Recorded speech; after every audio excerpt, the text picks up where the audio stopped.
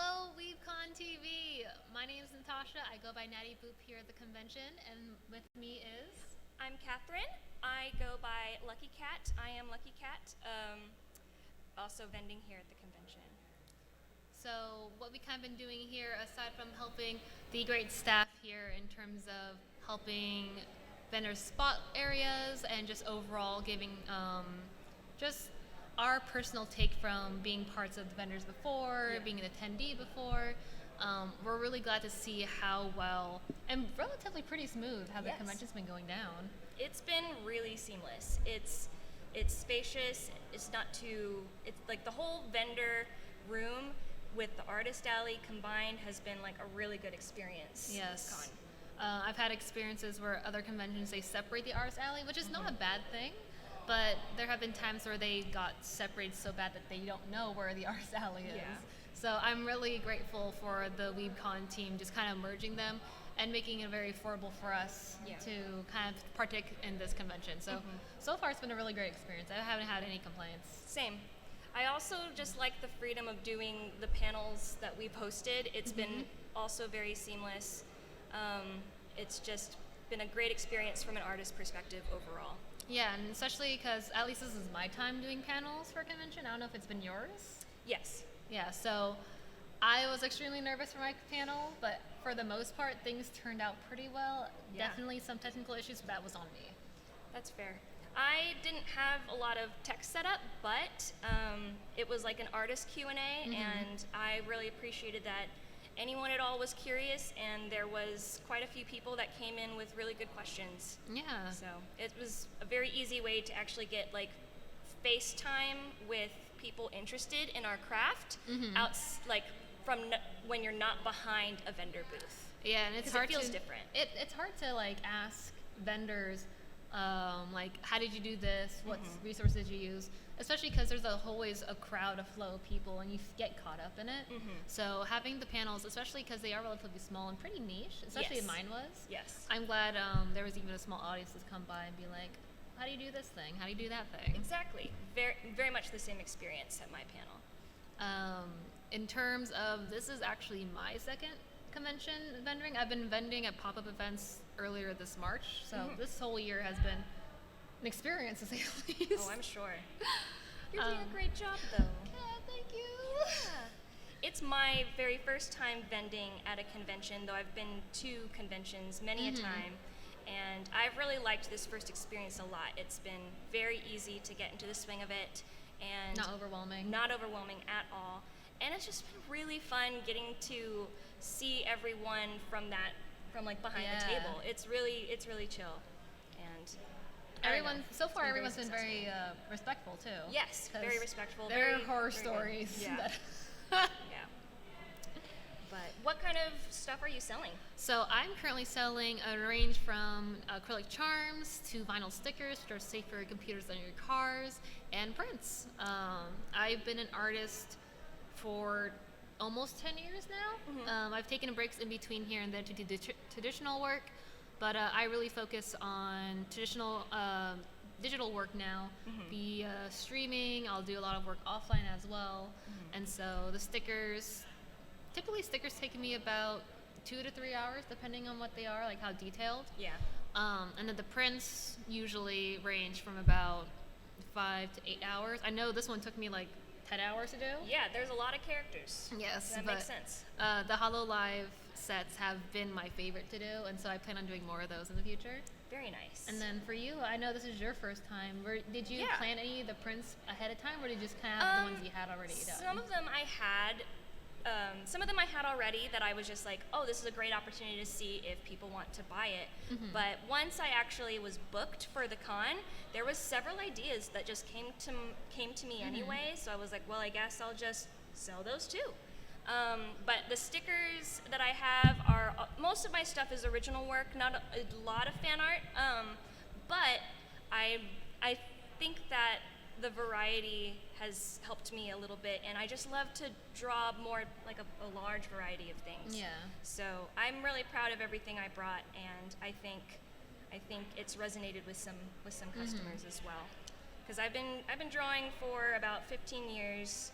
And while drawing isn't my day job, I am really happy I've gotten to exercise that creativity outside of my work. Yeah, that's good, especially because you do digital art or digital graphics, right? Yes, I do graphic design for my day job, but I miss drawing. So I'm really glad that I have an avenue to do that. And like you, I've been drawing on Twitch, and I've been drawing a lot in my free time in general. And Twitch has actually made it really easy for me to force myself to practice and make content.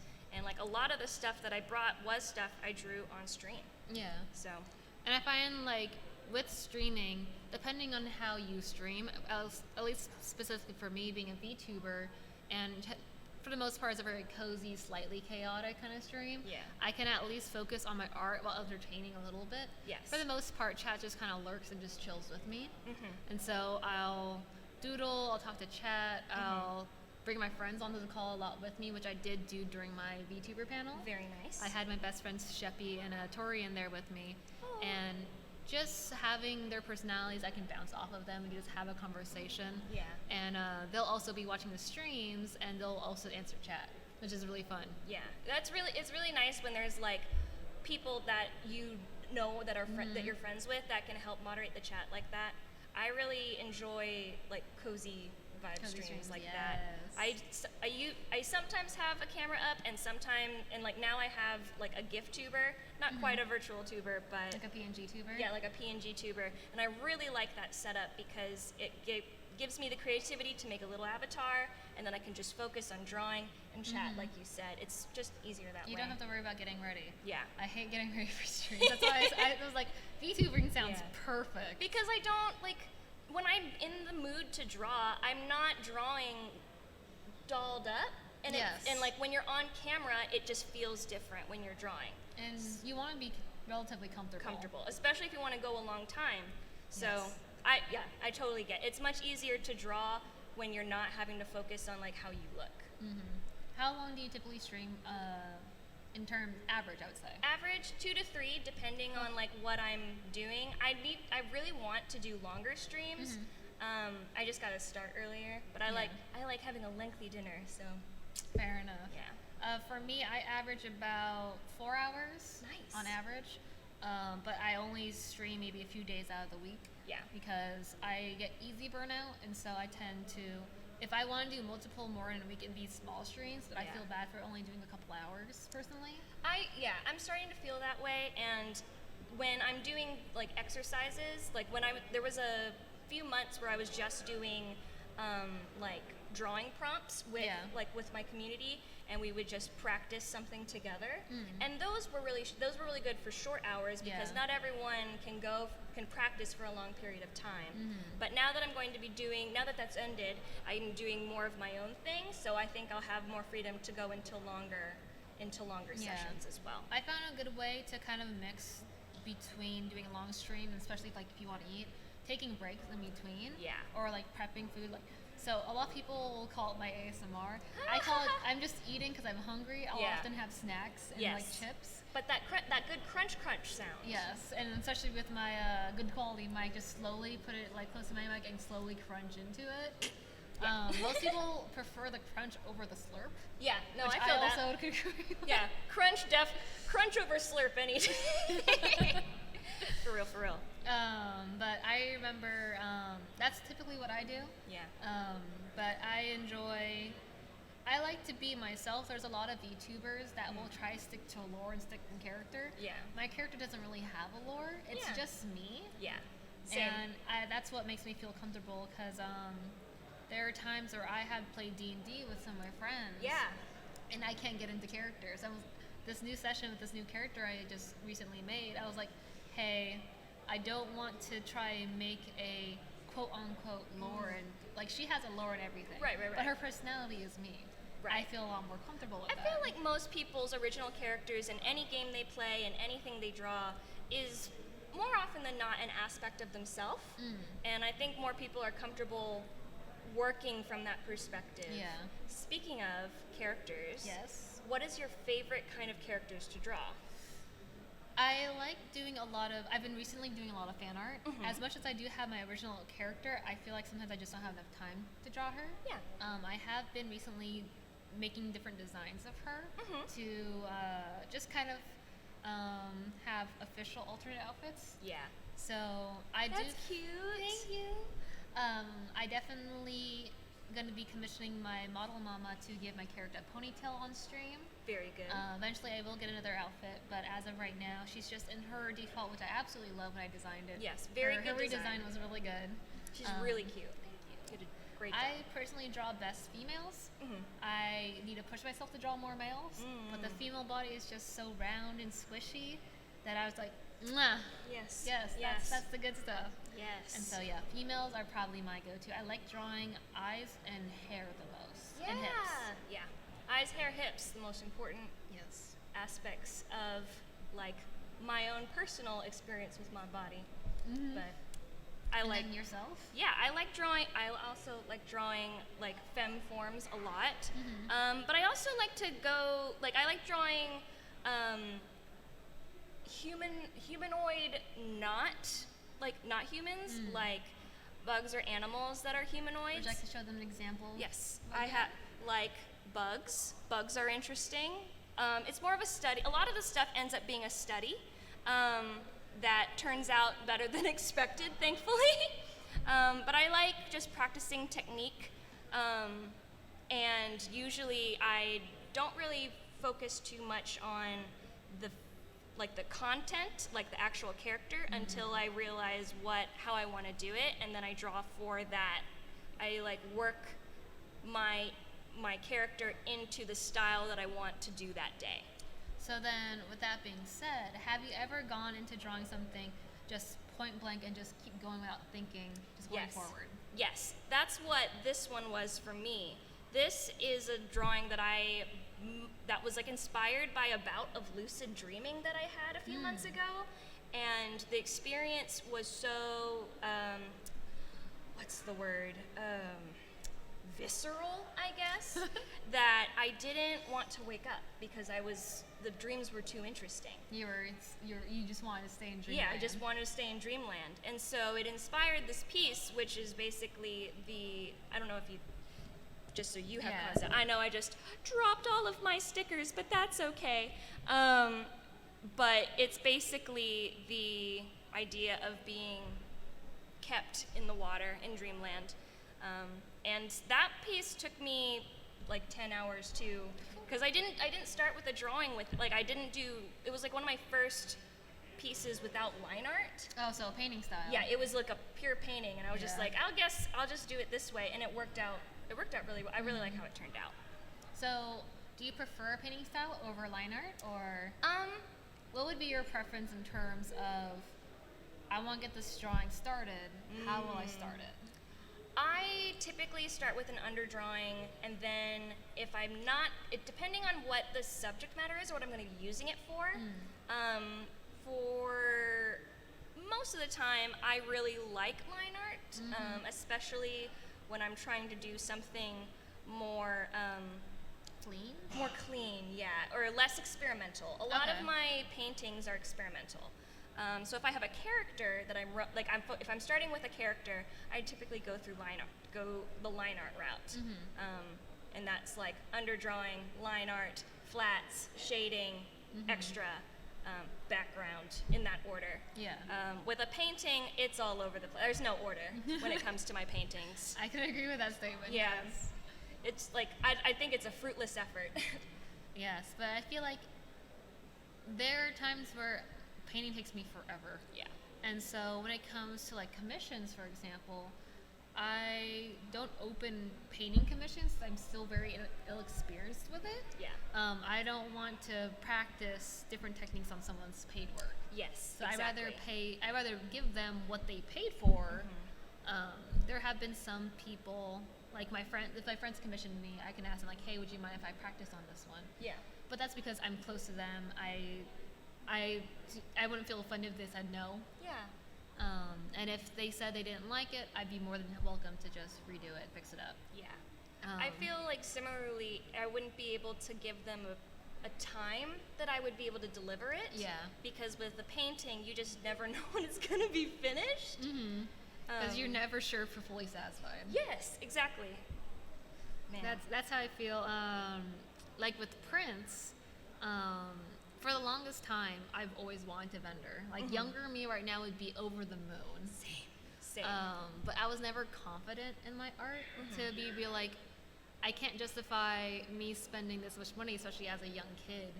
And I can't ask my parents for like $200. Be like, hey. Yeah. And then they have to pay for all the material as well. Right. So with my prints, I always had to make sure, am I satisfied with how this looks? Yeah. If not, I have to yeet it and make a new one, or somehow alter it some way or another. I agree with that.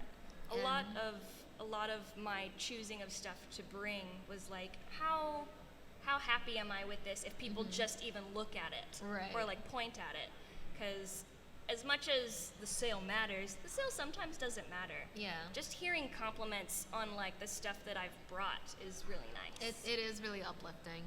What has I don't know if you've ever heard your comments, but what has been your first few comments that you've heard people enjoying your work? Like, what are ones that like stuck out to you? I had a Marceline and bubblegum print. I need to buy it. It's so cute. I actually sold that, but I'll print another one for you. Don't worry. I got you covered. I did sell out of that one, but it happy for you. is. Thank you. A lot of people were just like, "Oh my gosh, yes, I love them. I love how you did it."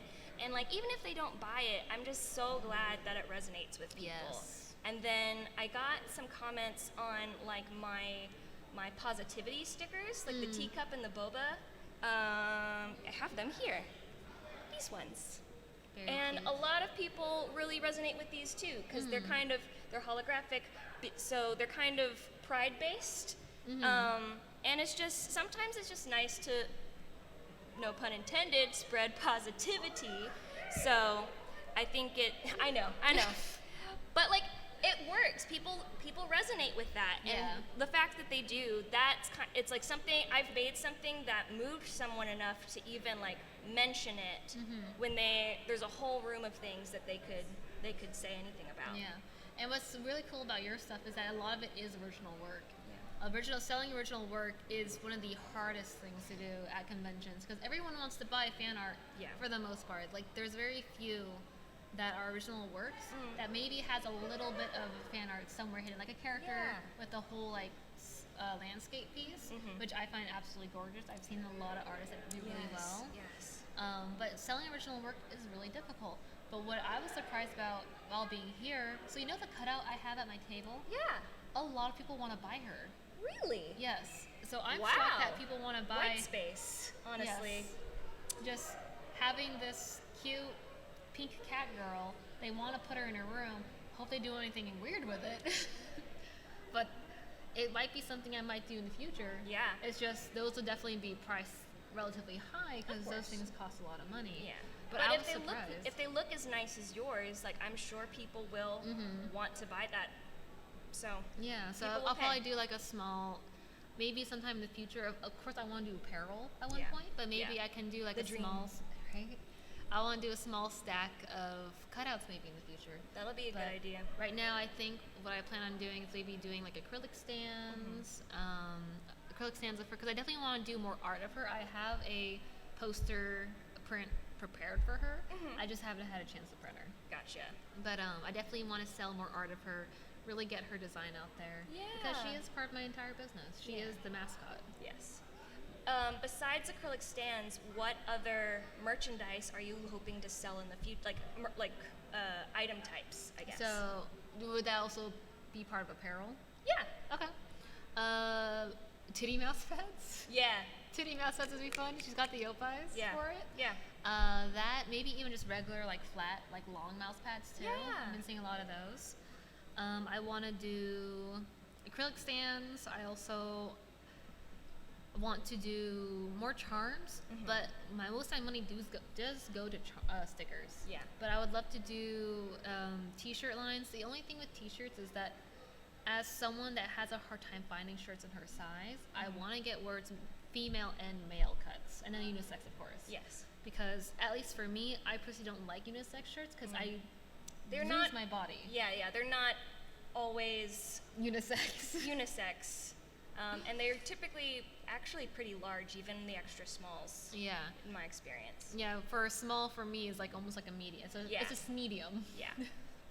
So that's something I really want to make myself different is by that's what makes my stickers so nice is that because a lot of sticker companies, and this is not shutting out any of like my mutual friends that I know they give credit and pay their artists, a lot of people in the sticker company will steal artwork from other artists, and it's really sad. I've actually found this one company that followed me on Instagram, and you can tell right away that the art style is not the same. Yeah. And so actually recognized the artist. I was like, wait a minute. Yeah. An easy reverse search, I was able to find at least 8 of the artists. Majority of them on Pixiv, which if many of you don't know what Pixiv is, it is the DeviantArt, the Japanese DeviantArt. Yeah. And so with my friend Sheppy, I was able to she helped me translate a message to the Japanese artist. Be like, hey, just letting you know, this company is selling your art. Here's an example of like what they're selling. I don't think they can do anything about it. Right. But they're aware of what's being sold, and obviously they're not happy about it. Right. So that's why I take great pride in my stickers. My back may be in pain, but I take great pride that all the artwork that I sell, all the stickers that I make are purely by me. Yeah. And despite me wanting, obviously I want to make more stickers. So I currently already have a portfolio, which I'm actually pretty proud of. As you should be. Yes, thank you.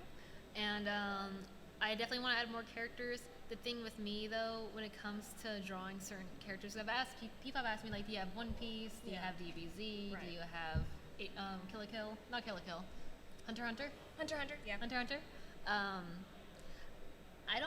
I get bored of drawing animes that I've never watched. Like, if it doesn't, like, hit home. Yeah, why bother that you're not drawing it for you at that point? Yeah, I'll just be slaving away. It's going to take forever to get done. Yeah, I definitely feel the same with, like, content. Like, I have to care about what I'm drawing. Yes. And I think that's where it really shows the passion of the work is to show that, yes, I really put a lot of effort into this, and you can clearly see it. Yeah. Because you can see sloppy work. And You can. it kind of just shows how much you care, whether or not you care for that product. Yeah. And so why would you put yourself through that pain in making it if you're not happy with it? Exactly. And that's where I gotta go. I have other sticker friends. I will gladly steer that customer to them because I want the customer to be happy. Yeah. And if it's not through me, that's perfectly fine. My friends could definitely get the sale, and I'm happy for them. Yeah. And it's not like I'm going to, like you said, break your back drawing something that you are not going to be happy with at the end. Yeah. And so at that point, it's quality over quantity. Yeah. Especially because I'm the only person doing it. Exactly. A lot of our sticker artists or companies usually have a lot of partnerships. Yes. They have a team. It's just me, my tablet, my ass, and my back. Yeah, you have to be careful with like outsourcing, regardless of what you're making. Yeah. And it's a hunt, but it's worth it if you find that factory that you can trust and that you build a rapport with, and then you have consistent products for the life of your business. Right. Like I've been I go through when I search for factories, I'm always like, what are the reviews like? What's their lowest quantity that you can order? Can you order samples? How good is their communication? And that really all of those things really matter in the long term. Yeah, that's why I really liked. I use Catprint from all my prints, and what's nice for them, they'll send you a stack of like cards for all their paper quality. Nice. And so that's why I really liked. It took me a long time to figure out which one I wanted. And I asked my friends who also use the company, "Hey, which paper did you use? I really like the ones that you use." And so she was able to steer me the right directions. Nice. So it is good. There are going to be artists that gatekeep, which is really annoying. Yeah, because it's not a competition.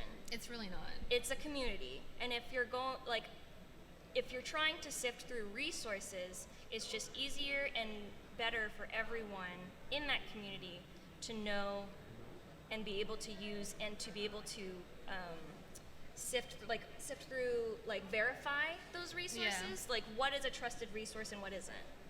Otherwise, other people are just going to waste their money on something that could have been easily avoided. Yeah, and unfortunately, like this is even very popular in the VTuber community where, excuse me, they will gatekeep certain things. There was even this one artist that I found these. I don't know if I don't remember what they were. There was some sort of sticker or some sort of like a Switch controller joystick covers. Okay. Something like that. I don't remember entirely, but she was gatekeeping them on her Patreon, and it wasn't even her stuff. Oh. Yeah. I have opinions about that, but you know. Girl, same. You know. But yeah, it's just easier to be nice about things and share information where you can, and to do your own work. Like those are the rules of the land in like Yes. from my perspective that Then- I work by. As someone that's been drawing for 15 years digitally, have you experienced, what is your opinion from heavy referencing, and then traced? Well, I think heavy referencing can be okay for an undersketch as long as the line art and the color and like actual details. Like I don't think drawing like the windows and perspective of a skyscraper Is considered, is considered heavy tracing. That's a or perspective thing. That's just that's hard just for artists. perspective. Now, if you're copying things detail for detail, that's a little different. If it's not a vision that you are making your own, I think that's where the line is. Right. But I do think that using reference, either from like photography you've done for yourself, or like finding free, like royalty-free images. There's lots of databases online for reference for like buildings and plants and flowers Yeah. and animals and stuff. Figure drawing is a reference, you know. I think learning to use reference is and like the difference between tracing and reference is a really important aspect of becoming an artist in general. So when it comes to, I can agree there are times where I've taken like cosplay photos or even figures that I Yes. use for reference. I will find them on Pinterest, or I'll take pictures of my own figures, and I will trace over the body just to get the right figure that I'm looking for, and I will redraw it over with my art proportions. Right. And so from that part, you're putting a base, but you're Yeah. still altering it as you Yeah. need, because people will trace hands because Yeah. hands and feet are really difficult. I think hands is okay. Yeah, and you can hands and use feet. your own hands as like reference for that. that. Very easy. Same. When it comes to like poses and things, usually for me it's about the pose. If I'm not finding the right pose like on my Yeah. own, I have to go find a picture with a similar pose, and then I just draw out like the anatomical, like a very loose anatomical skeleton that Right. captures the motion of the pose, and then I can build up from that, and I already have all of the groundwork in place Right. to build up the actual body structure and the details on top of it. So to all the artists there, you can base things off of it, but alter it according to your style. Do not trace some artwork or try. TikTok steals a lot of people's work and doesn't credit it. TikTok, stop doing that. I see you guys. But I think if you really want to get into art, and you can, especially when it comes to cons, you can gain a community and just people are interested in. Yeah. I think going to panels or just talking to different artists Yeah. is a great way. Like Discord's a great way to Yeah, kinda meet new Discords are artists. too. And honestly, I think in the future it'll be nice to see more panels that are about art, because usually the people who want to get into it don't necessarily come from a place of like, I'm good at it, I want to share it. It's more like, I don't know if I'm good at it because I'm just starting out, but I don't know, it feels like a very introverted thing to start out with, and I just want more places for people to ask questions. And that's going to be exactly like our panel tomorrow. It is. We will be hosting a pricing your artwork tomorrow at 4 for many new artists or veterans even too. A lot of the time, pricing your artwork is the biggest struggle for commissioners. Yes. And so we have a panel that will answer questions from her perspective, my perspective. We do work in similar but different ways. So I think it'll be a really good opportunity for some newbies to come in and ask it as many questions as they want. But other than that, I believe we do have a new person coming up here. Do you know Yes. I don't. Who is it? who? It's going to be Mr. Mohammed of Onigang Co. He's going to be coming up here and probably talk about his business, maybe. I'm excited to hear it. All right, chat. We'll see you in just a bit.